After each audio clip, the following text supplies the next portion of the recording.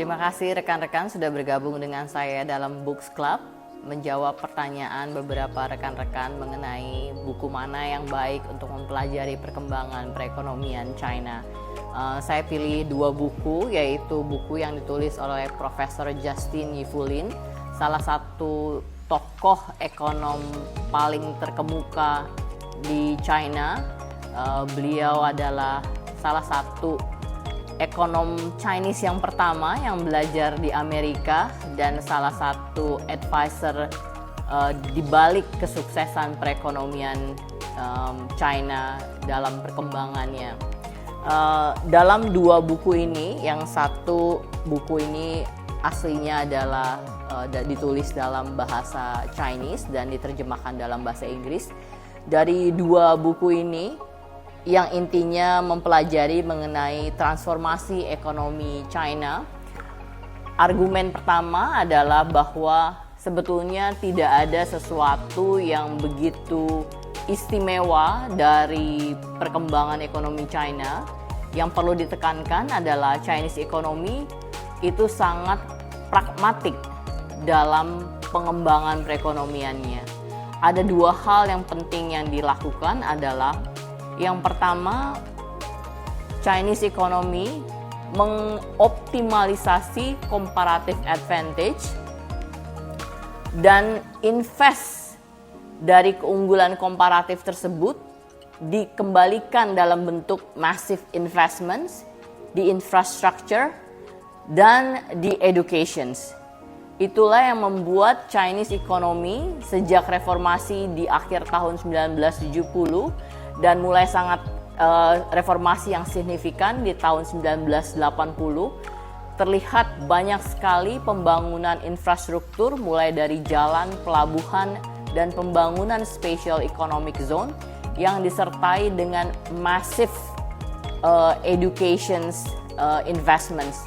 Dan itu juga disertai dengan pengembangan sistem logistik yang terpadu yang membuat perusahaan-perusahaan di China itu bertumbuh dan berkembang dengan cepat. Dan yang kedua adalah reformasi perekonomian China, terutama di bidang perdagangan ketika China memutuskan untuk bergabung di World Trade Organizations atau WTO di tahun 2000. Sebelum tahun 2000, China melakukan reformasi masif, baik itu peraturan-peraturan perdagangan, investasi, dan industri untuk bisa diakui sebagai anggota WTO.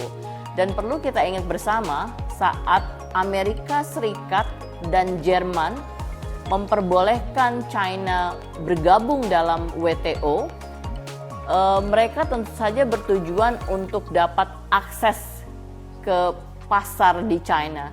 Namun yang terjadi setelah China bergabung dalam WTO, ekspansi China yang luar biasa, baik itu ke Amerika, ke Eropa, maupun negara-negara Asia lainnya. Dan tentu saja bukan usaha 1-2 tahun.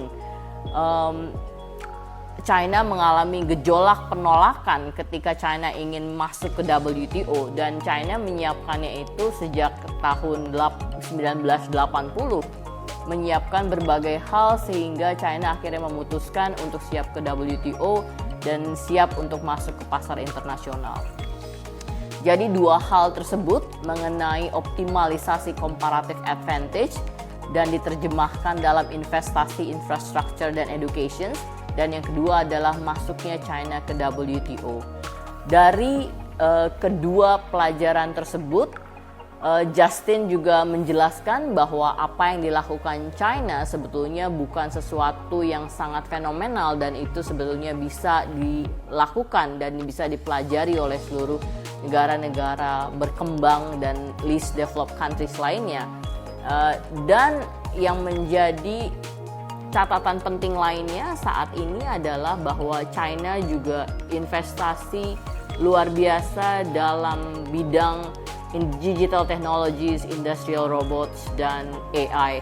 Dan itu menjadikan China salah satu kontender utama Amerika Serikat dan kedepannya mungkin China bisa lebih unggul daripada Amerika Serikat, karena pada akhirnya core competitiveness dari suatu negara ditentukan oleh digital and AI capabilities di masa yang akan mendatang. Demikian, selamat membaca, semoga Anda menyukai rekomendasi buku saya. Terima kasih.